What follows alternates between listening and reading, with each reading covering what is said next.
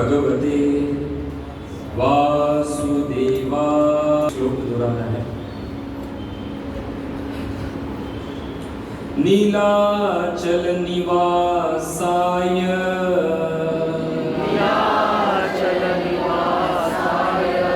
नीलाचल निवासाय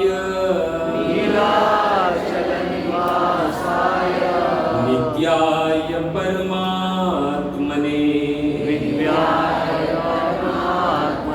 नित्याय परमात्मने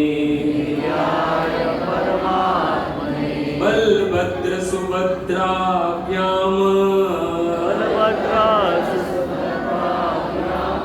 बलभद्र सुभद्राभ्याम जगन्नाथाय ते नमः। जगन्नाथाय ते नमः। मखेश्वरी क्रियेश्वरी स्वधेश्वरी सुरेश्वरी त्रिवेद भारतीश्वरी प्रमाण शासनेश्वरी रमेश्वरी क्षमेश्वरी प्रमोदकाननेश्वरी ब्रजेश्वरी ब्रजादिके शिरादिके नमोस्तुते शिरादिके नमोस्तुते। जय जय राधा जय जय नवल किशोर जय गोपी चित चोर प्रभु जय जय माखन चोर जय जय माखन चोर। श्री कृष्णचंद्र भगवान की श्री रामचंद्र भगवान की जगत गुरु शील प्रभुपाद की। उपस्थित भगवत कथानुरागी तथा विविध क्षेत्र से आए हुए सभी भक्त वृंद का आज के सत्संग में हार्दिक स्वागत है और आप सभी भक्तों के चरणों में आपके इस दास का प्रणाम। हरे कृष्ण। तो बड़ा परम पवित्र उत्सव जो है वो निकट है, कुछ ही घंटे रह गए हैं। हम सबकी प्रतीक्षा जो है वो अब पूर्ण होने वाली है। कोई बता सकता है जगन्नाथ जी का प्राकट्य दिवस कब हुआ है? हाँ, स्नान पूर्णिमा के दिन। ऐसे तो पूरे वर्ष भगवान जो है हमारे जगन्नाथ जी स्नान नहीं करते हैं, परंतु करते हैं तो फिर क्या हो जाता है, बुखार आ जाता है। 108 घड़ों से भगवान को स्नान किया जाता है। 35 घड़ों से जगन्नाथ जी को, 33 घड़ों से बलराम जी को, 22 घड़ों से सुभद्रा जी को और 18 घड़ों से सुदर्शन जी को। चैतन्य चरितामृत में ऐसा वर्णन है। ऋषिदास कविराज गोस्वामी कहते हैं, स्नान यात्रा देखी प्रभु हेल बड़ सुखी ईश्वरेर अनवसरे पाइल बड़ दुखी। कहते स्नान यात्रा देखी प्रभु है बड़ सुखी। जब जगन्नाथ जी की स्नान यात्रा होती है उसको देखकर चैतन्य महाप्रभु है वो बड़े ही आनंदित हो जाते हैं, बड़े सुखी हो जाते हैं। पर दूसरे ही पल जो है वो दुखी हो जाते हैं। क्यों? क्योंकि जानते हैं कि अब जो है वो भगवान के दर्शन नहीं होंगे। कभी होती है हमारे मन में ऐसा कि आज भगवान का दर्शन नहीं हुआ है तो जी ऐसा घबराता हो, बेचैनी हो, ऐसा होता है। कौन हाँ बोल रहा है?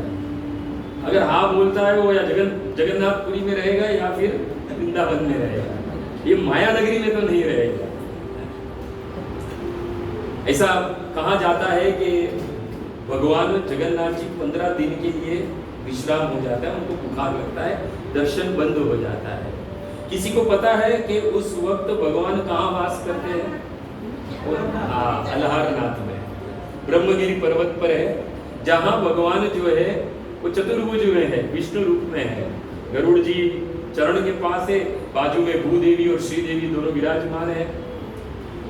ऐसा कहा जाता है कि भगवान जो है अलारनाथ में ये 15 दिन जो है वास करते हैं। इसलिए चैतन्य महाप्रभु जो है वो 15 दिन भगवान के दर्शन कर नहीं होते हैं, इसके विरह को सहन नहीं कर पाते, इसके लिए वो 15 दिन अलारनाथ में वास करते हैं। और वहां पर अलारनाथ में जो है भगवान को खीर का भोग लगाया जाता है। और अब आज हुआ है गुंडीचा महाराज, किन किन ने किया है? एक ही जन है, बाकी सब दो जन है, 3 जन, बाकी सब मेरे जैसे। ऐसे देखा जाए तो जगन्नाथ जी का प्राकट्य दिवस कौन सा है? स्नान पूर्णिमा। और जगन्नाथ जी का प्राकट्य स्थान कौन सा है, किसी को पता है? ये तो दिन है, स्नान यात्रा के दिन जगन्नाथ जी का प्राकट्य हुआ, परंतु कौन से स्थान में? जैसे भगवान कृष्ण का जन्म मथुरा की जेल में हुआ, प्रभु श्री राम का जन्म अयोध्या में, वैसे जगन्नाथ जी का जो प्राकट्य है कौन से स्थान पर हुआ है? नहीं, मैं स्थान की बात कर रहा हूँ, बराबर स्थान कौन सा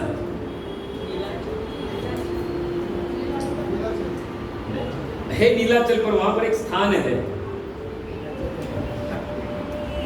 तो वास्तविक जगन्नाथ जी का प्राकट्य दिन स्नान यात्रा है और स्थान है ये गुंडीचा मंदिर जो है, उसकी जो वेदी है जिसे महावेदी कहते हैं, उसी स्थान पर जो है वो जगन्नाथ जी का प्राकट्य हुआ है, जन्म हुआ है। क्योंकि उसी वेदी पर जगन्नाथ जी, सुभद्रा जी और बलदेव जी को बनाया जाता है, नवकलेवर होता है उसका। और उसी पर वहां पर ही राजा इंद्रद्युम्न द्वारा 1000 अश्वमेध यज्ञ हुए थे, जिसे महावेदी कहा जाता है, जो श्री मंदिर के उत्तर पूर्व में 2.5 किलोमीटर दूरी पर है। और भक्तों, वैष्णव गण जो है वो इस स्थान को वृंदावन कहते हैं। इसे गुंडीचा मंदिर जो है उसे वैष्णव गण वृंदावन कहते हैं। और हम सब जानते हैं राजा इंद्रद्युम्न की पत्नी का नाम गुंडीचा था। जब भगवान प्रकट हुए उस गुंडीचा स्थान पर, तब भगवान ने कहा, मांगो राजा, तुम्हें क्या चाहिए? हम होते तो लंबी लंबी लिस्ट मांगते थे, परंतु राजा इंद्रद्युम्न ने कहा कि प्रभु मुझे कोई पुत्र न हो ऐसा आशीर्वाद। क्या मांगा? मुझे कोई पुत्र न हो ऐसा आशीर्वाद। उसके पीछे कारण क्या था कि कोई मेरा वंशज जो है भगवान जगन्नाथ जी की संपत्ति पर दावा ना करे, इसके लिए राजा इंद्रद्युम्न ने क्या मांगा कि मुझे पुत्र न हो। जब ये वस्तु मांगी गई भगवान जगन्नाथ जी से, तो गुंडीचा जो थी, जो इंद्रद्युम्न महाराज की पत्नी थी, वो बड़ी दुखी हो गई। तब भगवान जान गए कि गुंडीचा जो दुखी हो गई, तो भगवान ने कहा, चिंता मत करो। भगवान ने गुंडीचा की प्रसन्नता हेतु कहा कि मैं तुम्हारे पुत्र के रूप में प्रकट होऊंगा और प्रति वर्ष मैं इस गुंडीचा में आऊंगा। इसलिए भगवान जो है वो गुंडीचा में 7 दिन वास करते हैं। ऐसे श्री मंदिर से 9 दिन के लिए निकलते हैं, उसमें से 7 दिन जो है गुंडीचा पर वास करते हैं। और भक्तों, ऐसा कहा जाता है कि हम तो श्री मंदिर में जाकर जगन्नाथ जी के दर्शन करते हैं, परंतु ऐसा कहा गया है कि नीलाद्रे शत वर्षाणी गुंडीचा मंडपे दिने, यदि गुंडीचा पर स्थित जगन्नाथ जी के दर्शन जो व्यक्ति करता है, उसे सैकड़ों बार श्री मंदिर में जगन्नाथ जी के दर्शन करने का फल प्राप्त होता है। इसलिए बड़ा ही पवित्र स्थान है ये गुंडीचा। और उसी गुंडीचा का मार्जन जो है आज हमने किया। और इसकी परंपरा किसने शुरू की? चैतन्य महाप्रभु ने। चैतन्य महाप्रभु ने अपने संगियों के साथ उस मंदिर के व्यवस्थापक थे, उनसे कहा कि हमें मंदिर का मार्जन करना है पूरा। अब चैतन्य महाप्रभु कहे और कोई ना कहे, ऐसा तो हो नहीं सकता है। साक्षात चैतन्य महाप्रभु ने कहा तो बड़े उत्सव से, बड़े उत्साह से सब लोग इस कार्य में जुड़ गए। उस वक्त उस मंदिर के जो व्यवस्थापक थे उन्होंने 100 झाड़ू और 100 घड़े ला कर दिए पानी के। ये जाइए आप उस मंदिर का मार्जन जो है वो प्रारंभ करें। चैतन्य महाप्रभु ने हम अपने हाथों से उस वेदी को साफ किया है जहां पर जगन्नाथ जी विराजमान होने वाले हैं। सब लोग ने बड़े भाव से जो है उस मंदिर का मार्जन किया। एक एक कण, एक एक तिनका जो है वो मंदिर से बाहर लाया गया। और चैतन्य महाप्रभु तो स्वयं जो है वो देखते थे कि कौन कौन लोग का कितना कितना कूड़ा जमा हुआ। हमको तो ऐसी कोई सेवा दे तो थोड़ा बहुत ऐसे दिखाने के लिए फोटो खींचेंगे, फिर फेसबुक पे अपलोड करेंगे, देखो झाड़ू लेके खड़ा हो। मारा नहीं है अभी तक, पर झाड़ू लेके खड़ा रहता है ना। वही करते हैं हम लोग। और क्या करते हैं? मार्जन झाड़ू लेकर फोटो खींचने का नहीं है, इस हृदय में रहे हुए काम, क्रोध, लोभ, मोह, मद, माश्चर्य का मार्जन करना है। हम तो क्या बड़े बड़े फोटो इंस्टाग्राम, फेसबुक, व्हाट्सएप पर डालते, देखो आज मैंने गुंडीचा मार्जन किया, बड़ी मेहरबानी तेरी भाई, या आज के दिन तूने कुछ मार्जन किया। जितनी महाप्रभु देखते थे किन किन के कितने कितने कचरे कितने इकट्ठे किए हैं, और जिसके कम होएंगे चैतन्य महाप्रभु कहते हैं उनको दंड दिया जाएगा। दंड क्या दिया जाएगा? कि उनको मिठाई सबको खिलानी पड़ेगी।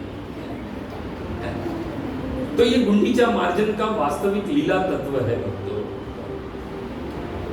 हर एक कूड़े को चैतन्य महाप्रभु स्वयं एकत्रित करते थे और देखते थे कि इनका कितना कितना कूड़ा जो है वो।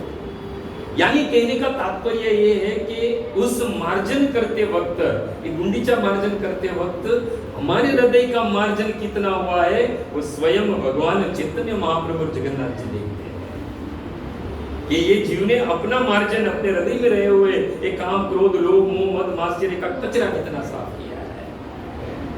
तो बड़ा ही गहरा और तत्व वाला उत्सव है ये। और हम सब जानते हैं कि भगवान जो है वो कल रथ पर आरूढ़ हो गए और अपने सारे भक्तों को दर्शन देने के लिए। देखो भगवान को तो विरह है, 15 दिन का विरह है। हम चाहे भगवान के दर्शन किए बगैर रह जाए, पर भगवान नहीं रह सकते, ये बात समझ लेना।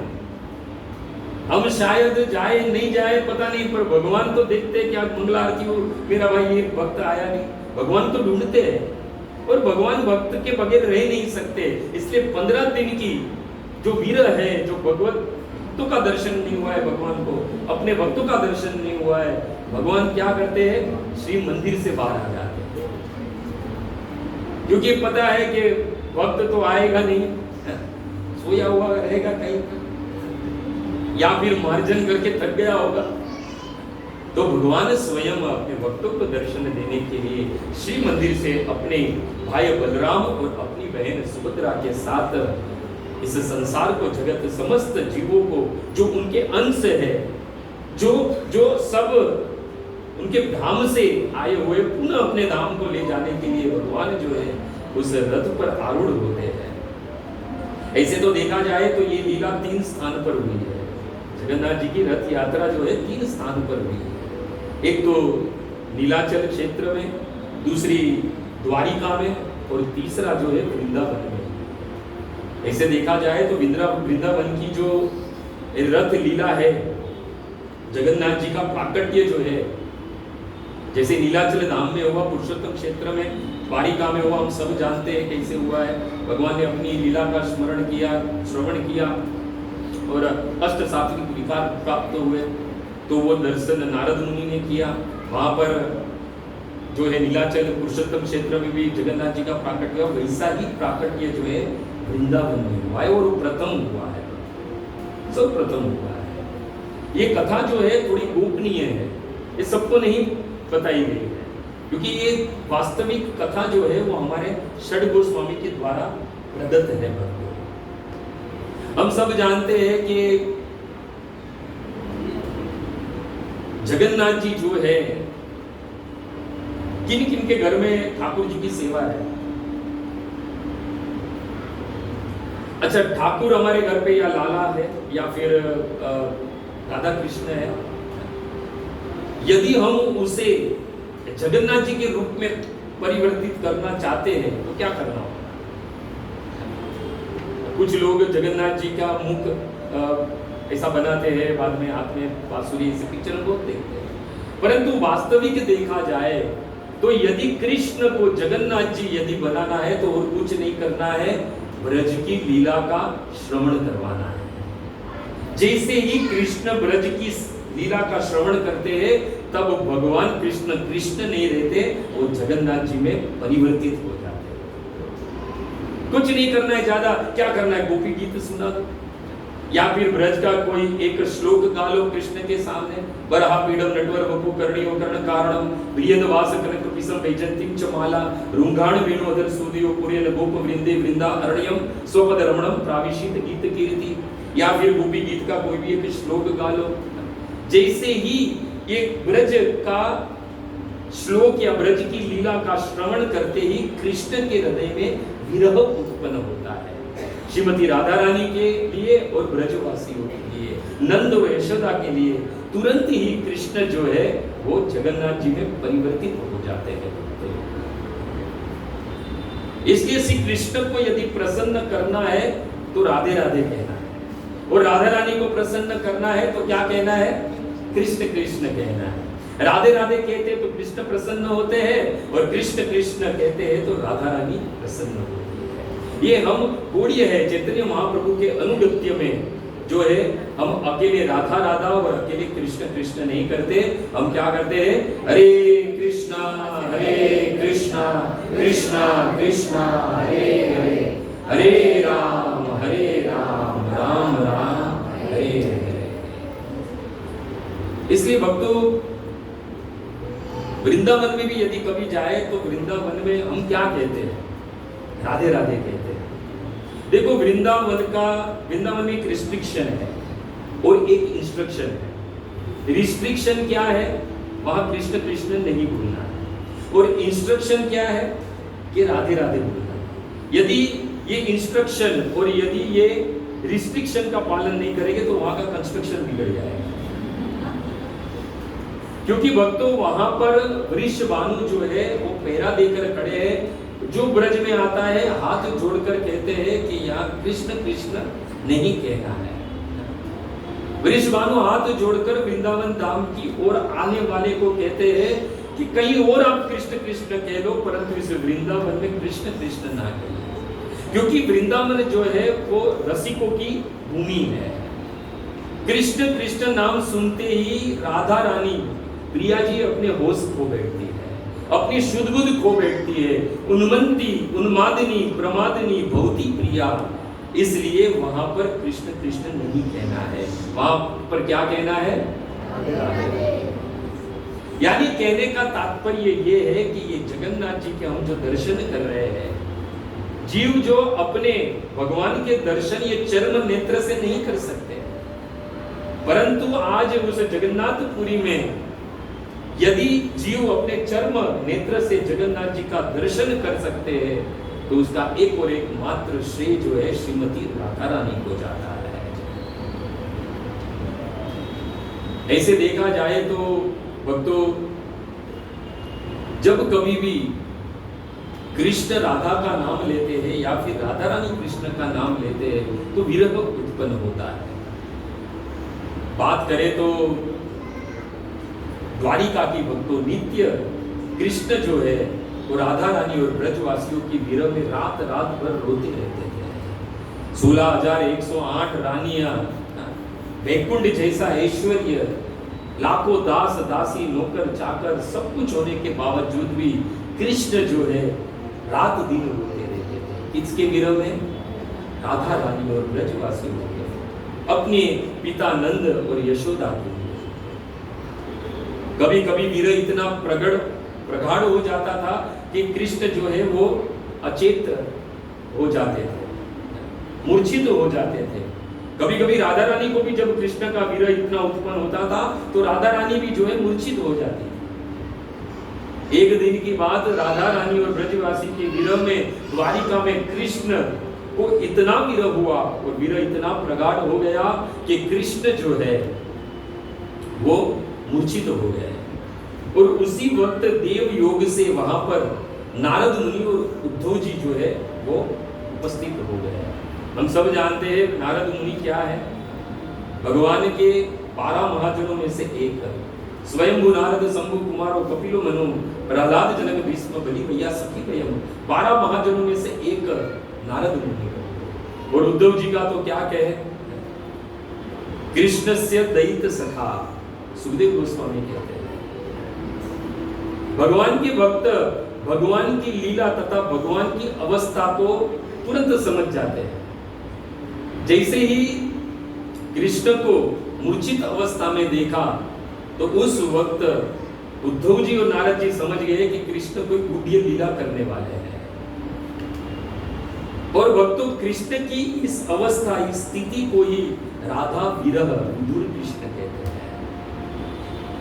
कृष्ण की यह स्थिति राधा रानी और ब्रजवासियों के वियोग के कारण थी। और उस वक्त नारद मुनि और उद्धव जी चिंता में आ गए कि किस प्रकार इस कृष्ण को पुनः उनकी नॉर्मल स्थिति में लाया जाए। उसी वक्त बलराम जी पधारते हैं, तीनों की चिंता बढ़ी। निष्कर्ष क्या निकाला तीन जनों ने बातचीत करके कि नारद मुनि आप अपनी वीणा पर ब्रज के गुणगान करो, कृष्ण जो है वो तुरंत उन्हें जागृत हो जाएंगे। और हम सब जानते हैं नारद मुनि हमेशा अपनी वीणा पर क्या गाते हैं, नारद मुनि बजाए वीणा राधिका रमण नाम की। भगवान की सदैव लीला अपनी वीणा पर गाया करते हैं। इसलिए उद्धव जी और बलराम जी ने कहा कि आप अपनी वीणा पर ब्रज की लीला का गुणगान करो, कृष्ण जो है वो पुनः जागृत हो जाए।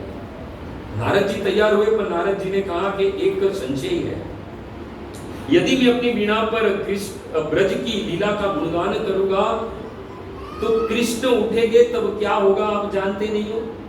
तुरंत ही कृष्ण जो है वो ब्रज की ओर दौड़ेंगे, तुरंत ही ब्रज की ओर दौड़ेंगे और उस समय श्री कृष्ण को रोकना मुमकिन नहीं है। इसलिए कृष्ण के लिए एक रथ तैयार करना चाहिए।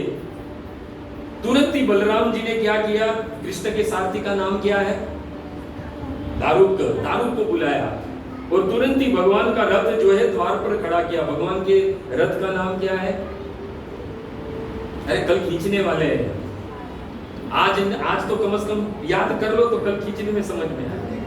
यस, नंदी घोष है। तुरंत ही बलराम के आदेश से नंदी घोष को द्वार पर दारू के साथ में खड़ा किया गया। उसी समय जो है उद्धव जी जो है थोड़े गंभीर हो गए। उद्धव जी ने कहा कि देखो नारद मुनि, आप अपनी वीणा पर ब्रज की लीला का गुणगान करोगे, कृष्ण जागरूक हो जाएंगे और ब्रज की ओर दौड़ेंगे। रथ तैयार है, दारुक नंदी घोष लेकर ब्रज की ओर दौड़ेगा। परंतु क्या आप जानते नहीं कि ब्रजवासियों की स्थिति कैसी है? ब्रजवासियों की स्थिति कैसी है? कृष्ण को पाने के लिए वो लोग तड़प रहे हैं। यदि कृष्ण वहां पहुंचे और उन लोग की ऐसी कष्टमय स्थिति देखी तो कृष्ण कभी भी द्वारिका नहीं लौटेंगे, कृष्ण ब्रज में रुक जाएंगे। हे उद्धव, आप कृष्ण के, तब नारद जी ने कहा कि चलो मान लिया, तो एक काम करो हे उद्धव, आप जो है कृष्ण के मित्र भी हो और संदेश वाहक भी हो। पूर्व में आप संदेश लेकर ब्रज में गए थे। आप एक काम करो, हम यहाँ ब्रज की लीला का श्रवण करवाए, गुणगान करें, उसके पहले आप ब्रज में जाओ और आप ब्रज में जाकर ब्रजवासियों को कहो कि कृष्ण आ रहे हैं। जैसे ही ब्रजवासी सुनेंगे कृष्ण आ रहे हैं तो उनकी स्थिति जो है मानो उनके प्राण लौट जाएंगे और वो लोग कृष्ण की आने की तैयारी करेंगे, महोत्सव करेंगे और सबको आनंदित देखकर कृष्ण भी आनंद में आ जाएंगे। इसलिए बलराम जी ने और नारद मुनि ने कहा, उद्धव जी आप ब्रज की ओर जाओ और सारे ब्रजवासियों को कि कृष्ण आ रहे हैं। उस वक्त उद्धव जी कहते हैं कि नारद मुनि और बलराम जी, आप जानते नहीं, इसके पूर्व भी मैं कृष्ण का संदेश लेकर जो है वो ब्रज गया था। 6 मास रुक गया था। 6 मास यशोदा, नंद, गोपी, राधा रानी को सांत्वना देने की कोशिश की पर दे नहीं पाया। मेरा ब्रह्म ज्ञान भरा वहां धरा का धरा रह गया था। उद्धव जी क्या समझ कर गए थे? सूरदास जी कहते उद्धव जी वहां पर उपदेश देने गए। किस भाव में कि स्वयं टीचर है और गोपियां शिक्षक। परंतु जिस वक्त ब्रज की पाठशाला में बैठे तब उद्धव जी को समझ में आया कि भाई विद्यार्थी तो हम हैं, विद्यार्थी तो हमें, बड़ी ज्ञान की दुगदुगी बजाई उन्होंने। परंतु गोपियों के भाव को देखकर सूरदास जी कहते हैं उद्धो शुद्धो भयो, उद्धो शुद्धो हो गयो ब्रज गोपन के बोल, बजाई ज्ञान की दुगदुगी बाजत प्रेम के बोल। ब्रजवासी है नारद मुनि है बलराम जी, ब्रजवासी जो है रात दिन कृष्ण के लिए रुदन करते हैं। यदि कोई भौतिक वस्तु के लिए रुदन करते तो शायद मैं उनको समझाकर उनका रोना बंद करवा देता, परंतु ये रोना तो किसके लिए? कृष्ण के लिए है। कैसे कह दूं मैं उनको कि आप कृष्ण के लिए मत रो? यदि मैं ऐसा कहता हूं तो अपराध हो जाएगा। इसलिए तो मैं कहूंगा कृष्ण के लिए रो, अधिक रुदन करो। और गोपियों की और ब्रजवासियों की स्थिति कैसी है? गोविंद गत वाक काय मानस, अपने वाणी से, काया से, मन से कृष्ण के प्रति पूर्ण रूप से समर्पित। कृष्णदास कविराज गोस्वामी कहते हैं कि कृष्ण के प्रति उनका अनुराग कैसा था, तो कहते हैं स्वच्छ धोते वस्त्र एचे नाई कौन दाग, जैसे स्वच्छ सफेद वस्त्र पर कोई दाग नहीं होता है, इसी प्रकार ब्रजवासियों का अनुराग कृष्ण के प्रति था। देखो रोए बगैर कृष्ण नहीं मिल सकते हैं। गोपियां रोई, द्रौपदी रोई, कुंती रोई, सबरी को देख लो, रोए बगैर कृष्ण की और राम की भगवत प्राप्ति नहीं है। और कितनी बड़ी प्रतीक्षा सबरी की देखी जाए तो 5 साल की सबरी 88 वर्ष की हो गई, 83 साल की प्रतीक्षा। और जो बेर खाए राम ने कोई साधारण बेर नहीं थे भक्तों, उस सबरी के आंखों के अश्रु के आंसुओं से सींचे हुए वो बेर थे। भगवान के नाम पर अश्रु जो बहे है, भगवान के नाम पर जो अश्रु बहे, उस अश्रु से सींचे हुए वो बेर थे। इसलिए एक बार राम बनना सरल है, परंतु सबरी बनना बड़ा ही कठिन है भक्तों। और ब्रजवासियों की स्थिति कैसी है, तो सूरदास जी कहते हैं कि निस दिन बरसत नैन हमारे। गोपिया क्या कहती है कि निस दिन कृष्ण के विरह में हमारे नैन में से अश्रु की धारा बहती है। सदा रहत पावस ऋतु हम पर बस, जब से श्याम सिधा है। जब से कृष्ण हमको छोड़कर चले गए तब से हमारे जीवन में तो वर्षा की ऋतु है, बस आंखों में से अश्रु की धारा बह रही है। कचु की कबहू सुकत नहीं सजनी, ये जो कचु की यानी जो ओढ़नी जो है, वस्त्र जो है, वो कभी भी सूखते नहीं है। रात दिन कृष्ण के विरह में रोते रोते गोपियां कहती है हमारी ओढ़नी जो है कचु की है, वो गीली हो गई है। कर कोपल भय कारे, हमारे हाथ हमारे गाल जो है आंसुओं को पोंछते पोंछते काले हो गए। सूरदास अब डूबते हैं ब्रज, क्यों नहीं ले तू उबारे। सूरदास जी कहते हैं उस ब्रजवासी गोपियों के अश्रु से पूरा ब्रज जो है वो डूब रहा है। हे कृष्ण, अब तो आप उनको उबारो, क्योंकि आपका स्वभाव है डूबते हुए को तारना। ऐसी स्थिति है भक्तों ब्रजवासियों की। और देखो सिर्फ भक्त में ही विरह नहीं है, भगवान के लिए लालसा विरह सिर्फ भक्त के लिए नहीं है, भगवान के लिए भी है।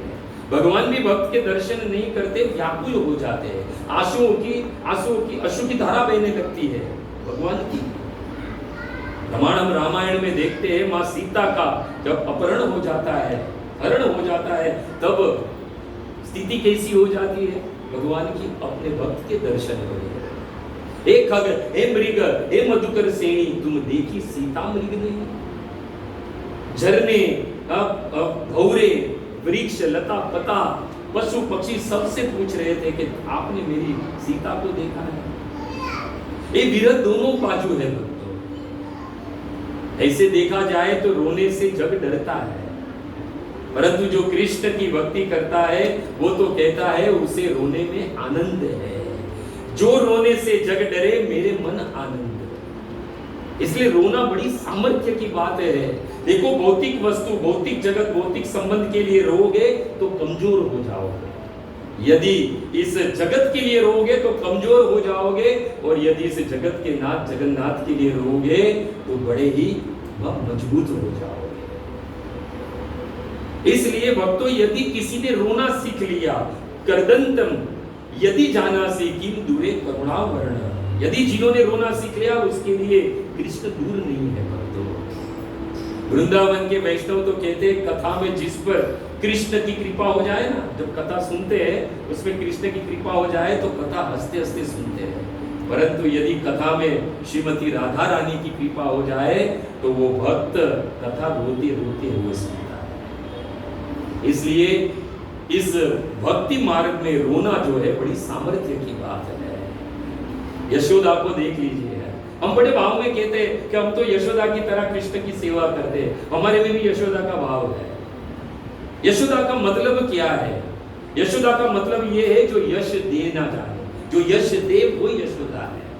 यहाँ तो कार्य दूसरा करे और यश हमें चाहिए, और हम कहते हैं बड़े ही यशोदा के भाव में कृष्ण की सेवा करते हैं, या यशोदा के भाव में हम कृष्ण से प्रेम करते हैं। उद्धव जी कहते हैं नारद बलराम जी इन गोपियों और ब्रजवासियों को पूर्व में मैं सांत्वना देने में असफल रहा हूं, और मैंने कहा था कि मैं मथुरा जाऊंगा, तुरंत ही शीघ्र कृष्ण को ब्रजभूमि भेजूंगा। ऐसी सांत्वना में पूर्व देकर आया हूं, परंतु आज तक घटित नहीं हुई है। हे नारद जी, हे बलराम जी, यदि इतने मासों के बाद मैं पुनः ब्रजभूमि जाऊंगा और ब्रजवासियों को कहूंगा कृष्ण आ रहे हैं, तो बताओ मेरी बात पर वो लोग भरोसा करेंगे? वो लोग मुझे झूठा कहेंगे, मिथ्यावादी कहेंगे, वो लोग मेरी बात पर विश्वास नहीं करेंगे। हे नारद जी, बलराम जी, किस मुंह लेकर मैं ब्रज में जाऊं और ब्रजवासियों को सांत्वना देने के लिए ये कहूं कि कृष्ण आ रहे हैं? बेहतर होगा कि आप में से कोई जाए। तब नारद मुनि ने बलराम जी से कहा कि बलराम जी आप जाइए और ब्रजवासियों को कहे कि कृष्ण आ रहे हैं। बलराम जी ने कहा इसके पूर्व में भी गया था, 2 मास रुका था। ब्रजवासियों को, यशोदा को, नंद बाबा को, सबको सांत्वना दी थी कि तुम चिंता मत करो, इतना व्यग्र मत हो।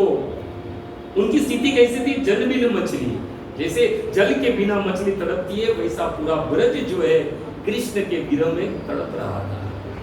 भक्तों, ये कोई साधारण वर्षों का वियोग नहीं था, 100 वर्षों का वियोग था। हमारे जीवन में यदि कोई हमारे स्वजन भी क्यों ना हो, 1-2 साल फोन नहीं करेंगे तो भूल जाएगा। अरे छोड़ो, जो हमारे स्वजन हमें छोड़कर चले गए कितने दिन तक रहोगे? 6 महीना, 1 साल, 2 साल, उसके बाद याद नहीं करोगे। परंतु ये तो ब्रजवासियों का विरह था। जैसे जैसे दिन बीते, वर्ष बीते, वो विरह और प्रगाढ़ हो गया। 100 वर्ष का वियोग था भक्तों। बलराम जी ने कहा कृष्ण की उपस्थिति ही उनको सांत्वना तथा सुख प्रदान कर सकती है। और कभी कभी तो मैं जब गया था तो उनकी स्थिति देखकर ऐसा लग रहा था जैसे सारा ब्रज मृत्यु को प्राप्त हो चुका है। कृष्ण की उपस्थिति उनके लिए यह कष्टों के, दुखों के लिए शांतिदायक और सुखदायक होगी। इसलिए कृष्ण को वहां आना होगा। और पूर्व में मैंने यशोदा को और नंद बाबा को खास कर कहा था कि कृष्ण के वियोग में इतना रो मत, इतना व्यग्र मत हो, मैं कृष्ण को लेकर आऊंगा। ऐसा कहकर मैं मां यशोदा और नंद बाबा को सांत्वना दी थी। जैसा द्वारिका लौटा तुरंत कृष्ण से कहा कि जाओ, ब्रज में जाओ, ब्रजवासियों की स्थिति बड़ी ही व्यग्र है, आप जाइए, उनको दर्शन दीजिए, नहीं तो वो लोग मृत्यु को प्राप्त हो जाएंगे। परंतु कृष्ण मुझे कहा कि मैं जाऊंगा, और आज तक गया नहीं है। मैंने मां यशोदा के चरणों को स्पर्श करते हुए कहा था, हे मां, जैसे मैं द्वारिका जाऊंगा मैं कृष्ण को शीघ्र, अति शीघ्र भेजूंगा। और मैंने माता यशोदा को वचन दिया था। बताओ किस मुंह से मैं जाऊं और मां यशोदा और नंद बाबा को और ब्रजवासियों को कि कृष्ण आ रहे हैं।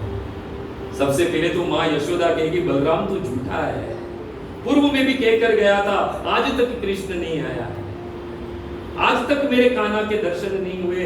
यदि मैं गया और ब्रजवासियों को कहूंगा तो ब्रजवासी मेरे भी कथन पर विश्वास नहीं करेंगे। तब नारद मुनि ने कहा, हे बलराम जी, आप सत्य कह रहे हैं। इन ब्रजवासियों की, इन नंद और यशोदा की कृष्ण के प्रति जो प्रेम है, वो प्रेम का दर्शन मैंने किया है। आपको याद होगा जब मैं द्वारिका आया था, अब कौन बता रहे हैं सामने, कौन कौन है? उद्धव जी और नारद मुनि, उद्धव जी और बलराम जी। अब नारद मुनि कह रहे हैं, नारद मुनि कह रहे हैं कि मैं जब द्वारिका आया था और वसुदेव को उनके संकल्प की याद कराया कि जब कृष्ण का जन्म हुआ था, आप मथुरा की कारागृह में थे और आपने प्रण लिया था कि 1 लाख गोदान करूंगा। उस वचन को याद कराया और उन्होंने प्रभास में एक यज्ञ रखा कृष्ण के द्वारा। और भक्तों, उस वक्त बड़े जोर शोर से उस प्रभास में जो है उस उत्सव की तैयारी हुई। तब देवकी और कंस की मां, जिसका नाम है पद्मावती, हे उद्धव जी, हे बलराम जी, उसने मुझे बुलाया, उस पद्मावती ने, और पद्मावती ने कहा, जाओ नारद, तीनों लोक में जो है वो आमंत्रण देकर आओ कि कृष्ण जो है प्रभास क्षेत्र में यज्ञ कर रहे हैं।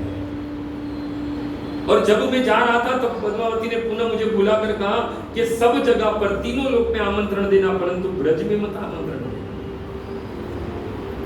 और भक्तों, नारद मुनि कहते हैं कि हे बलराम, हे उद्धव जी, तीनों लोकों में मैं आमंत्रण देकर जब मैं वृंदावन से गुजर रहा था, तब मैं सुधा से व्याकुल हो उठा। और जब वृंदावन की अपूर्व सुंदरता देखी, तब मैं आश्चर्यचकित हो गया, मैं अपने आप को भूल गया और मैं यमुना जी में स्नान किया और एक महल में प्रवेश किया। प्रवेश करते ही मेरे मुख से निकला कि मैं प्यासा हूँ, मैं प्यासा हूँ। और उस वक्त यशोदा ने मुझे शीघ्रता आसन प्रदान किए, प्रचुर मात्रा में दही, दूध, माखन और जल और भोजन प्रदान किया। प्रसाद भोजन में नारद मुनि तृप्त हुए और तब सम्मान पूर्वक जब नारद जी को इस प्रकार तृप्त किया, तब नारद मुनि कहते, मेरे मुख से निकला कि इतना तृप्त में द्वारिका में 56 भोग खाकर भी नहीं हुआ जितना तृप्त आज मैं यहाँ पर हुआ हूँ। जैसे ही, हे बलराम, हे उद्धव जी, जैसे ही यशोदा ने सुना कि मैं द्वारिका से आया हूँ, तुरंत ही यशोदा खड़ी हो गई और कहा कि तुम द्वारिका से आए हो, बताओ द्वारिका में मेरा कान्हा कैसा है, वो कुशल तो है ना? उसी पर ब्रजवासियों की याद आती है कि नहीं आती है? इतना कहते ही मां यशोदा जो है वो रोने लगी। हे बलराम, हे उद्धव जी, मैंने पूछा कि कृष्ण आपके कौन है और आप इतना उनके लिए क्यों रो रहे हैं? तब उस यशोदा ने कहा कि जगत जिसे यशोदा नंदन कहता है वो मेरा पुत्र है, वो मेरा पुत्र है, वो मेरा प्राण है, सारे ब्रजवासियों का आधार है, ब्रजवासियों के जीवन का आधार है। वो महाक्रूर अक्रूर आया और उसे लेकर चले गया। मां यशोदा रो रही थी, मेरा कान्हा कंस का वध किया, राजा बन गया और हम उसके विरह में रात दिन तड़पते हैं। तब नारद मुनि बोले कि यदि कृष्ण आपका पुत्र है तो इतना बड़ा प्रवास में यज्ञ कर रहा है, तो आपको आमंत्रण क्यों नहीं है? जब ये बात यशोदा ने सुनी तो यशोदा और रोने लगी। उतने में ही नंद बाबा आए, सारी बात सुनी तो नंद बाबा ने कहा कि पुत्र के घर कभी आमंत्रण की जरूरत होती नहीं है, तुम चिंता मत करो, हम सब लोग ब्रजवासी संग प्रभास क्षेत्र में जाएंगे, प्रचुर मात्रा में दूध, दही, माखन एकत्र करेंगे और कृष्ण जो है अवश्य हमारी उपस्थिति की कामना करता होगा, हम अवश्य प्रभास क्षेत्र में जाएंगे। यशोदा बड़ी प्रसन्न हुई और नारद मुनि कहते हैं और मैं तुरंत ही वहां से निकला और द्वारिका आया। जैसे द्वारिका आया तो उग्रसेन की पत्नी पद्मावती ने मुझे कहा कि तीनों लोक में तुम आमंत्रण देकर आए। नारद मुनि ने कहा तीनों लोक में आमंत्रण देकर आया और साथ साथ में ब्रज में भी आमंत्रण देकर आया। अरे ब्रजवासी आएंगे तो उनकी जो महिमा है उस महिमा को हम जान पाएंगे, इसलिए मैंने उस ब्रजवासियों को भी आमंत्रण दिया है। परंतु पद्मावती जो है बड़ी क्रोधित हुई। हे नारद मुनि, मैंने आपसे कहा था उस ब्रजवासियों को आमंत्रण मत देना। अरे आपने उनको आमंत्रण देके मेरे शरीर पर वज्रघात किया है। अरे वो नंद की रानी, नंद रानी जो है उसने मेरे कृष्ण को माखन चुराने के लिए गल से बांध दिया था, उसको इस यज्ञ में आपने आमंत्रण दे दिया। अरे वो बड़ी क्रूर है, निष्ठुर है, गर्मी हो, वर्षा हो, सर्दी हो, मेरे कान्हा को गाय चराने भेजती थी। वो बड़ी ही नंद रानी निष्ठुर हृदय की है। उस नंद रानी के लिए जितना कहूं उतना कम है। उतने में तो देवकी आ गई। देवकी ने सब बात सुनी तो कहा, पद्मावती से कहा, चिंता मत करो, ब्रजवासी उस यज्ञ में नहीं आए, इसलिए सहस्त्र सैनिक लगा देंगे, अब चिंता मत करो। हे बलराम, हे उद्धव जी, उस रात्रि जो है जब यज्ञ निकट आया, प्रभात क्षेत्र में पूरी द्वारिका गई और उस यज्ञ की जो पूर्व रात्रि थी, उस रात्रि में पद्मावती सोई है। पद्मावती को पता था कि ये ब्रजवासी बड़े चतुर है, कहां से भी एंट्री मार गए, इसलिए स्वयं सैनिकों के साथ द्वार पर खड़ी रही। और भक्तों, दूसरी ओर ब्रजवासी गण प्रभात क्षेत्र में कीर्तन करते हुए हृदय में कृष्ण को देखने की लालसा लेकर सिर पर दूध, दही, माखन इत्यादि प्रचुर मात्रा में लेकर प्रभात क्षेत्र में पहुंचे। और द्वार पर कौन खड़ी थी? पद्मावती खड़ी थी। नंद और यशोदा ने आदर सहित उस पद्मावती को प्रणाम किया, परंतु वो तो क्रोध से भरी हुई थी। जब ब्रजवासियों को देखा, तुरंत ही कहने लगी कि आप ब्रजवासियों को लज्जा है कि नहीं है? आप जो मुख दिखाने के लिए यहाँ पर पहुंच गए, अरे जाति के आप ग्वाल है, कुल का, गोत्र का कोई पता नहीं है आपका, और आपने हमारे कृष्ण को बड़े ही कष्ट दिए हैं। आप किस मुंह से इस प्रभात क्षेत्र में यज्ञ में आए हैं? बहुत सारे कटु वचन जो है वो पद्मावती ने नंद और यशोदा को कहे और ब्रजवासियों को कहे। यशोदा की आंखों में से अश्रु की धारा बहने लगी। कृष्ण दर्शन लालसा, कुछ भी हो जाए पर कृष्ण के दर्शन करने हैं। बस अपने प्राण प्रिय कान्हा की मुस्कुराहट देखने के लिए सारा ब्रज यशोदा और नंद लालायित थे। और जैसे ही यशोदा को दुखी देखा, देवकी वहां पर पहुंची। देवकी ने कहा कि ब्रजवासी जो है आज अतिथि गण है, यदि अतिथि गण को यदि दुखी किया गया, अप्रसन्न किया गया, तो यज्ञ में अमंगल हो सकता है। देवकी ने नारद से कहा कि जाओ, जाकर कृष्ण को पुकार कराओ, बुला कराओ। और उस वक्त कृष्ण जो है यज्ञ में बैठे थे, स्वाहा स्वाहा की ध्वनि पुकारी जा रही थी और यज्ञ में आहुति डाली जा रही थी कृष्ण के द्वारा। बड़े बड़े राजा, मुनिगण सब लोग उपस्थित थे और कृष्ण जो है वो यज्ञ में आहुति डाल रहे थे। नारद मुनि ने कहा कि इस वक्त कृष्ण को बुलाना अशोभनीय है, क्योंकि कृष्ण यज्ञ में बैठे हैं। परंतु दूसरी ओर नारद मुनि ने कहा, यदि शुभ या अशुभ समय यदि माता पुत्र को पुकारे तो वो मंगलकारी हो जाता है। इसलिए देवकी, तुम कृष्ण को पुकारो, कृष्ण को बुलाओ और कहो ब्रजवासी आए। तुरंत ही देवकी ने हे कृष्ण, हे कृष्ण, हे कृष्ण करके पुकारा, परंतु कृष्ण तो यज्ञ में आहुति डाले जा रहे थे। नारद मुनि ने कहा, आज लगता है मां के प्रेम से अधिक कृष्ण को यज्ञ प्रिय है। आज है देवकी, तुम्हारी पुकार कृष्ण के कर्ण तक नहीं जा पा रही है। तब नारद मुनि ने यशोदा से कहा कि यशोदा, तुम कृष्ण को पुकारो। और तब यशोदा ने कृष्ण को कहा, हे कान्हा, हे कान्हा, हे कान्हा।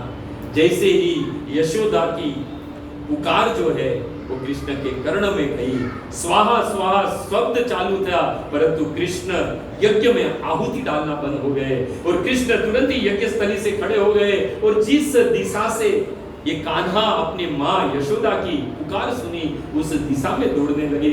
और दौड़ते दौड़ते जब देखा कि पूरा ब्रज और माँ यशोदा आई है, तुरंत ही कृष्ण जो है यशोदा की गोद में लेट गए। आंखों में से अश्रु की धारा बहने लगी। और भक्तों, और क्या कहूं, साक्षात वात्सल्य की मूर्ति उस यशोदा के स्तन से दूध की धारा बहने लगी। सारी द्वारिका आश्चर्यचकित। आज 100 साल का विरह जो है वो पूर्ण हुआ। माँ अपने पुत्र को गोद में लेकर बैठी थी, दोनों एक दूसरे को देख रहे थे।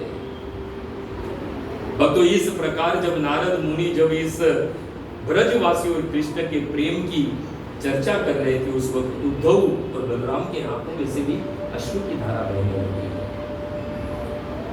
और उसी वक्त सुभद्रा वहां पर आ पहुंची। सुभद्रा ने सारी स्थिति को जानकर कहा कि आप तीनों में से कोई नहीं जाएंगे, मैं ब्रजभूमि जाऊंगी, मैं ब्रजभूमि जाऊंगी और मैं ब्रजवासियों को और यशोदा और नंद बाबा से कहूंगी कि कृष्ण आ रहे हैं। हम तीनों भाई साथ में निकले थे, परंतु रास्ते में कृष्ण का स्वागत करने के लिए अन्य लोग उनकी आरती और स्वागत कर रहे थे। इसके लिए मैं पूर्व में आ गई, बलराम और कृष्ण पीछे आ रहे हैं। और मैं स्त्री हूं, इसके लिए मेरी बात पर वो लोग विश्वास करेंगे। मैं यशोदा के आंसू को पोंछूंगी और मैं नंद बाबा को आश्वासन देकर कहूंगी कि कृष्ण आ रहे हैं। गोपियों की, राधा रानी की आंसुओं को मैं पोंछूंगी और मेरे कथन पर ये लोग अवश्य विश्वास करेंगे। तुरंत ही तीनों लोग बलराम जी, उद्धव जी, नारद जी जो है वो हर्षित हो गए। तुरंत ही सुभद्रा जी के लिए रथ तैयार किया गया। सुभद्रा जी के लिए रथ तैयार किया गया और सुभद्रा ने कहा मैं ब्रज जाऊंगी। सुभद्रा जी के रथ का नाम क्या है? कल खींचने वाले हैं। एग्जाम होती है तो कैसे रात पर हम प्रिपेयर रहते हैं, कल खींचना है तो प्रिपेयर होना चाहिए। क्या नाम है? दर्प दलन।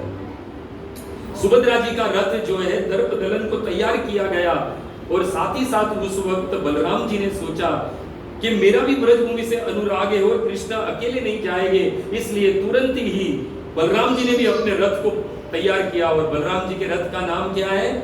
ताल ध्वज। इस प्रकार भक्तों पहले से ही दारूक कृष्ण का नंदी घोष लेकर तैयार खड़ा था और दूसरी ओर सुभद्रा जी और बलराम जी ने जो है वो ब्रज की ओर यात्रा शुरू की। तेज गति से सुभद्रा जी का जो दर्प दलन और बलराम जी का ताल ध्वज तेज गति से ब्रज की ओर जाने लगा। और यहाँ पर दूसरी ओर नारद मुनि जो है अपनी वीणा पर ब्रज की लीला जो है वो कहना शुरू किया, गुणगान करना शुरू किया। देखो हम देखते हैं कि जब रथ यात्रा शुरू होती तो सबसे पहले कौन सा रथ बाहर निकलता है? सुभद्रा जी का। सुभद्रा जी कौन है? ऐसे देखा जाए तो सुभद्रा जी योग माया का प्रतीक है, लीला शक्ति है भगवान की, समस्त लीला की व्यवस्था करती है। और उसके बाद किसका रथ निकलता है? बलराम जी का निकलता है। बलराम यानी साक्षात प्रेमा भक्ति, शंकरषण है, प्रभु के पधारने हेतु समग्र वातावरण में बल प्रदान करते हैं। इसलिए दूसरे कौन निकलते हैं? बलराम जी का रथ निकलता है। और आज ब्रज की ओर सर्वप्रथम सुभद्रा जी का रथ निकला और उसके पीछे पीछे बलराम जी का रथ निकला। और यहाँ पर जैसे रथ रवाना हुए तुरंत ही नारद मुनि ने अपनी वीणा पर ब्रज के गुणगान शुरू किए। तुरंत ही कृष्ण जो है वो सचेत अवस्था में आ गए। ब्रज की लीला श्रवण करते ही कृष्ण जो है त्रिभंग ललित रूप में प्रकट हो गए। भक्तों देखा जाए तो द्वारिका की भूमि त्रिभंग ललित भगवान कभी भी वहां नहीं होते हैं। आज द्वारिका की नगरी है, राजसी वेशभूषा है, फिर भी त्रिभंग रूप में भगवान खड़े, माधुर्य रूप धारण कर लिया। और आज कृष्ण जो है ना हाथ में बांसुरी है ना सिर पर मोर मुकुट है, फिर भी कैसे त्रिभंग ललित में खड़े हो गए। नारद जी और उद्धव जी इस रूप को देखकर बड़े प्रसन्न हुए। कृष्ण जैसे त्रिभंग मुद्रा धारण करते हैं, तुरंत ही कहने लगे मेरे बांसुरी कहाँ है, मेरी बांसुरी कहाँ है। अरे ये तो द्वारिका में बांसुरी कहाँ पर? देखो द्वारिका में सेवा है, सेवक भी है, लेकिन कुछ नौकर मालिक जैसा व्यवहार है। वहां मर्यादा है, सेवा है पर मर्यादा है, ऐश्वर्य है, कर्तव्य बुद्धि है, ममत्व नहीं है।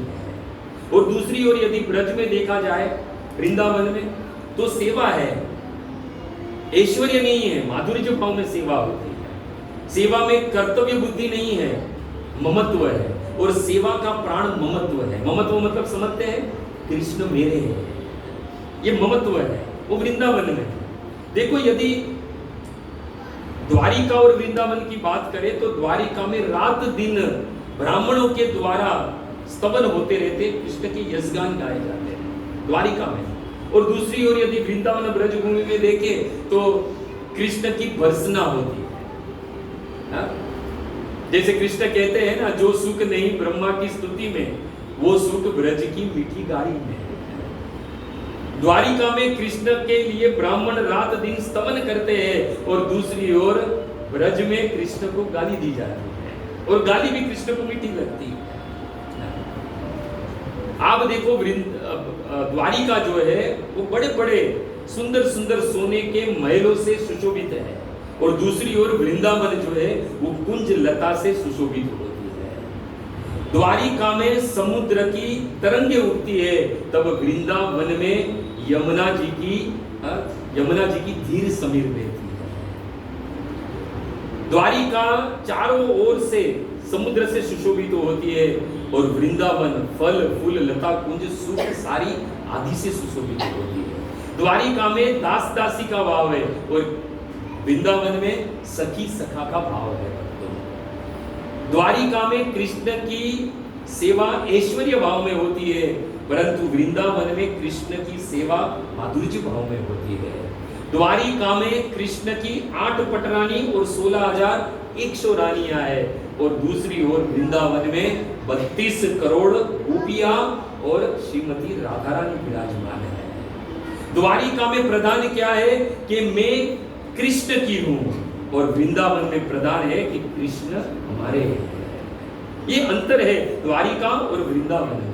द्वारिका में कृष्ण को वात्सल्य भाव में गोद में लेने के लिए सब लोग भयभीत रहते हैं और वृंदावन में यशोदा वात्सल्य भाव से कृष्ण को बांध लेती है। द्वारिका के सखागण स्वामी भाव से आदेश का पालन करते हैं और वृंदावन के सखागण सुदाम सुबल आदि कृष्ण के कंधे पर सवार होते हैं। भक्तों, द्वारिका में कृष्ण की पूजा पद धूलि की कामना ब्रह्मा और शिव जी करते हैं और यही कृष्ण वृंदावन में अपने पिता नंद की पादुका अपने सिर पर धारण करके भ्रमण करते हैं। भक्तों, यही उद्धव जी द्वारिका में है तो कृष्ण के चरणामृत का पान करके अपने आप को धन्य समझते हैं। वही उद्धव जब वृंदावन में है तो लता पता कुंज बनकर अपने आप को कृतार्थ समझते हैं। तो भक्तों, ये है द्वारिका और कृष्ण, दोनों जगह पर कृष्ण का अलग अलग भाव है। कृष्ण जो है वो तुरंत ढूंढने लगे कि कहां है मेरी बांसुरी, कहां है मेरी बांसुरी। भूल गए कि मैं द्वारिका में हूं। कृष्ण भूल गए थे कि मैं द्वारिका में हूं। अपनी बांसुरी को ढूंढते ढूंढते दौड़ने लगे और उतने में उन्होंने किसको देखा? उद्धव जी को देखा और कहने लगे, उद्धव जी तुम ब्रज कब आए? अभी तक कृष्ण को पता नहीं वो द्वारिका में है। और जैसे ही पलटे तो नारद मुनि को देखा। नारद मुनि को देखकर बोलते आप भी ब्रज में आ गए। और जैसे ही थोड़ी देर के बाद कृष्ण को पता चला कि मैं द्वारिका में हूँ, ब्रज में नहीं हूँ, कृष्ण के आंखों में से अश्रु की धारा बहने लगी। आज जगत का नाथ निराश हो गया। तुरंत ही उद्धव जी और नारद मुनि ने कहा कि हे मेरे प्रभु, आप निराश होने की जरूरत नहीं है। आपका दारुक जो है वो नंदी घोष लेकर तैयार खड़ा है। आप जो है वो ब्रज की ओर प्रस्थान कीजिए। जैसे ही कृष्ण को ब्रज की ओर जाने के लिए दारुक और अपना नंदी घोष रथ देखा, कृष्ण जो है वो उन्मत्त स्थिति में आ गए। कृष्ण जो है वो मंदोमत मदहोश हो गए और उस वक्त केवल राधा रानी के और ब्रजवासियों के विषय में सोचने लगे और राधा रस मदिरा का पान करने लगे। एक मदहोश पागल के भांति कृष्ण जो है वो लहराने लगे। नारद मुनि और उद्धव जी को बड़ी कठिनाई हुई कृष्ण को रथ में बिठाने की। याद कीजिए, जब रथ यात्रा होती है तब कृष्ण को बड़ी कठिनाई से रथ पर बिठाया जाता है। कभी आगे जाते हैं, कभी पीछे जाते हैं। क्यों? जैसे एक मदहोश पागल होता है, ऐसे वो भगवान जो है लहराते हैं। क्यों? क्योंकि उस वक्त कृष्ण ने राधा रस मदिरा का पान किया हुआ रहता है। बड़ी ही कठिनाई से उद्धव जी और नारद मुनि ने कृष्ण को रथ पर आरूढ़ किया और रथ जो है दारुक ने आंधी की तरह तेज गति से ब्रज की ओर बढ़ाया। दूसरी ओर देखा जाए तो बलराम जी और सुभद्रा जी ब्रज पहुंचे, परंतु ब्रजवासियों से मिल नहीं पाए। जैसे ब्रज पहुंचे तो ब्रजवासियों का जो भाव था, जो हृदय में उनके भाव था दोनों के, वो हृदय का भाव बार प्रकट हो गया और तुरंत ही जो है वो दोनों को अष्ट सात्विक विकार उत्पन्न हुए, स्तंभित हो गए। स्वेद, रोमांच, स्वर भेद, वेपुत, विवर्ण, अश्रु प्रवाहित, मूर्छा आने लगी। और उस वक्त दोनों जो है बलराम और सुभद्रा जी जो है हर्षोत्तम भाव को प्राप्त हो गए। अष्ट सात्विक विकार प्रकट हुए। शरीर के अंदर के भाव जो है वो बाहर प्रकट होने लगे और इस रूप को जो है महाभाव प्रकाश कहा जाता है। यही स्थिति जो है सुभद्रा जी की भी हो गई। पूर्ण हर्षोत्तम हो गई। और भक्तों दूसरी ओर जो है राधा रानी की भी स्थिति जो है वो खराब होने लगी। अधिरुद्व महाभाव जो है राधा रानी में प्रकट हुआ। अधिरुद्व महाभाव क्या है? जो भक्तों हर्षोत्तम महाभाव प्रकाश की जो चरम सीमा है, वो चरम सीमा को प्राप्त करते हैं तो अधिरुद्व महाभाव प्रकट होता है। उसमें स्थिति कैसी हो जाती है भक्त की? मानो प्राण शरीर में टिकाने के लिए असमर्थ हो जाते हैं, मानो ऐसा लगता है कि मृत्यु को प्राप्त हो गए। और राधा रानी की ये स्थिति हो गई। और ये सारी लीला जो है वो निधि वन में हो रही थी। राधा रानी पूर्ण रूप से मानो अपने प्राणों को त्यागने के लिए तैयार थी। और ललिता सखी और विशा सखी को ऐसा लगा कि मानो राधा रानी प्राण त्याग दिए हो। बार बार नथनों के आगे रुई रखी जा रही थी, कानों में कृष्ण कृष्ण का नाम पुकारा जा रहा था। बस कैसे भी करके राधा रानी को पूर्ण जागृत अवस्था में लाना था। कृष्ण के नाम का उच्चारण गायन कर रही थी, देख रही थी कि सांस चल रही है कि नहीं चल रही है। ठीक उसी वक्त कृष्ण का नंदी घोष जो है ब्रज भूमि पर पहुंचता है। भक्तों योग माया अन्य लीला प्रकट करती है। माया जो बहिरंगा शक्ति, योग माया जो अंतरंगा शक्ति है। और निधि वन में राधा रानी मृत प्राय अवस्था में, और यह कृष्ण राधा रानी विरह में हे राधे हे राधे हे राधे करते करते ब्रज की भूमि पर दौड़ने लगे। भक्तों राधा रानी के विरह में अत्याधिक कष्ट सहन करने के कारण पूर्णतः हर्षोन्मत्त एक कृष्ण हो गए। महाभाव प्रकट हुआ, हाथ पांव सुकड़ने लगे और एक कछुए की भांति बन गए। और भक्तों यही रूप जो है वो जगन्नाथ का रूप जो है वो ब्रज में प्रकट हुआ। हाथ पांव सुकड़ गए, आंखें बड़ी बड़ी हो गई और एक ही टक राधा रानी को देख रही थी। मानो कुंज में लेटी हुई मृत प्राय अवस्था में राधा रानी को देखकर श्री कृष्ण अपनी चेतना खो बैठे और मूर्छित हो गए।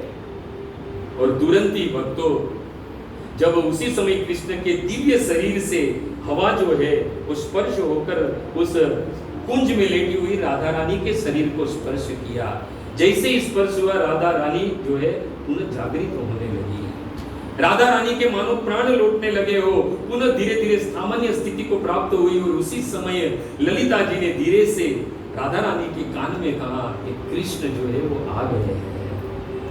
राधा रानी ने अपने नेत्र खोले अपने प्राण प्रिय कृष्ण को देखने के लिए, और कृष्ण को देखते ही मानो पुनः जीवन प्राप्त कर लिया हो, सभी कष्टों से मुक्त हो गई। और कृष्ण भी तक तो मूर्छित अवस्था में थे। राधा रानी ने विशाखा जी से इशारा किया, तब विशाखा जी ने कहा कौन सी औषधि जो है वो कृष्ण को पुनः सामान्य स्थिति पर लौटा सकती है। तब ललिता जी ने कहा एक ही औषधि है और वो है राधा का नाम। और भक्तों ललिता सखी ने धीरे से कृष्ण के कान में राधा राधा ऐसा कहा, और कृष्ण जो है तुरंत ही पुनः सचेत अवस्था में आए। और बड़ा सुंदर दृश्य था, निधि वन था। भक्तों राधा रानी कृष्ण को देख रही थी, कृष्ण राधा रानी को देख रहे थे। कहाँ द्वारिका है, कृष्ण के विरह की पीड़ा कहाँ है, श्रीमती राधा रानी की पीड़ा कहाँ है, सब जो है स्थिति अप्रकट हो गई। और भक्तों राधा रानी का ये मिलन जो है वो निधि वन कुंज में हुआ। भक्तों यही वास्तविक राधा और कृष्ण का मिलन ही जगन्नाथ है, जिसके दर्शन हम कल अपने इस चर्म नेत्र से करेंगे। ये कृष्ण इस जगन्नाथ की कृपा है कि ये चर्म नेत्र से हम भगवान को साक्षात देख पाएंगे। यही भक्तों राधा वीर विदुर है जो जगन्नाथ जी है। भक्तों इसलिए वास्तविक देखा जाए तो राधा रानी का मिलन ही जगन्नाथ जी है। ऐसे देखा जाए तो देखो काला मुंह है और काले हाथ पांव है? काला मुंह जो है वो कृष्ण है और हाथ पांव जो गोरे है वो श्रीमती राधा रानी है। उन्हीं का मिलन जो है वो जगन्नाथ जी है, जिसका कल हम सब लोग बड़े भाव से दर्शन करेंगे। और भगवान के उस रथ की रस्सी को हम खींचकर ये भव बंधन से हम मुक्त हो जाएंगे।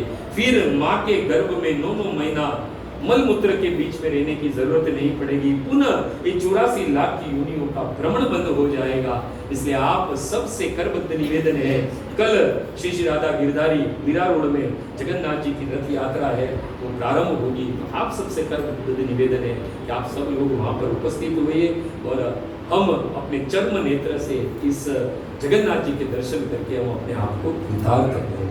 हरे कृष्णा कृष्णा कृष्णा कृष्णा हरे हरे राम राम राम हरे हरे। भक्तों, ये जगन्नाथ जी और कोई नहीं, राधा विरह विदुर है। और चैतन्य महाप्रभु क्या है? चैतन्य महाप्रभु कृष्ण विरह विदुर है। ये दोनों में अंतर है।